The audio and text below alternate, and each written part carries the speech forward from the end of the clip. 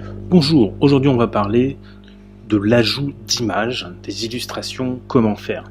Vous voulez rajouter une image dans votre vidéo ou bien vous voulez créer une miniature, vous avez probablement besoin d'une photo, d'un dessin, d'un schéma, de quelque chose.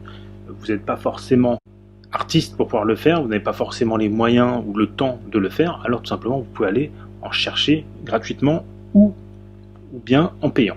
Alors pour les plus connus, d'abord on commence sur les banques, on appelle ça des banques d'images gratuites par exemple. On a par exemple Freepik. Freepik qui est une première banque d'images très connue. Freepik, et puis on a également Pixabay. Pixabay, voilà par exemple, Pixabay, une autre banque d'images gratuite connue. Après on a des banques d'images qui sont payantes. Alors pourquoi utiliser l'une ou l'autre? D'abord, quand vous avez besoin d'une petite illustration pour un blog, pour une vidéo, pour une miniature, vous pouvez très bien utiliser parmi les banques gratuites pour trouver beaucoup de choses. Pour commencer, c'est très bien.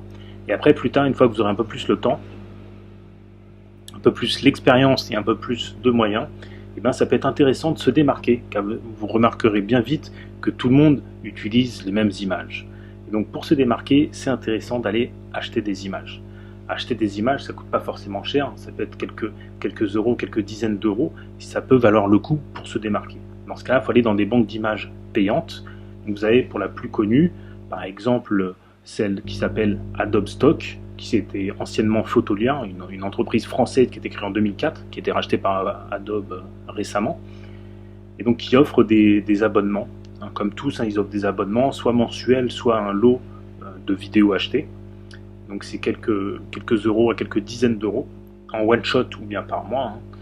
Sinon vous avez Shutterstock. Shutterstock qui est aussi très connu, sur lequel vous avez notamment de la publicité quand vous allez sur Pixabay ou Freepik. Vous pouvez retrouver des images payantes, et là vous voyez qu'effectivement la qualité de l'image c'est vraiment pas la même, c'est là que ça donne envie. Sinon, si vous voulez vraiment aller à une meilleure qualité d'image, il y a une banque haut de gamme qui s'appelle eStock. Et puis pour avoir un peu plus de variété, vous en avez d'autres, et notamment je citerai pour finir 123FR, où il y a également des vidéos et des musiques, et de la musique.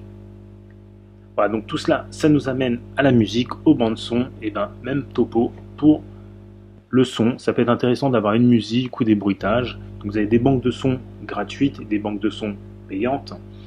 Pour faire simple, dans les logiciels de montage, vous avez déjà des banques son gratuites que vous pouvez retrouver. Vous pouvez acheter après des banques son à part, ou bien acheter un son un par un. Dans des banques son les plus connues, par exemple pour des bruitages, vous avez sounddesigner.org, donc pour les bruitages, ou encore Universal Soundbank par exemple. Si vous voulez juste de la musique, vous avez des banques son payantes qui s'appellent soundfishing.net ou encore auboutdufil.com. Pour finir, si vous voulez des effets spéciaux, des effets pour des sons spécifiques dans vos vidéos, je vous recommande fxmania.eu.org. Voilà, fxmania pour cela. Voilà donc pour les illustrations et pour le son. Donc c'est toujours bien de rajouter des éléments supplémentaires à la vidéo. On en parle dans la formation pédagogique notamment. Pour retenir plus l'attention, il faut varier, il faut se déplacer.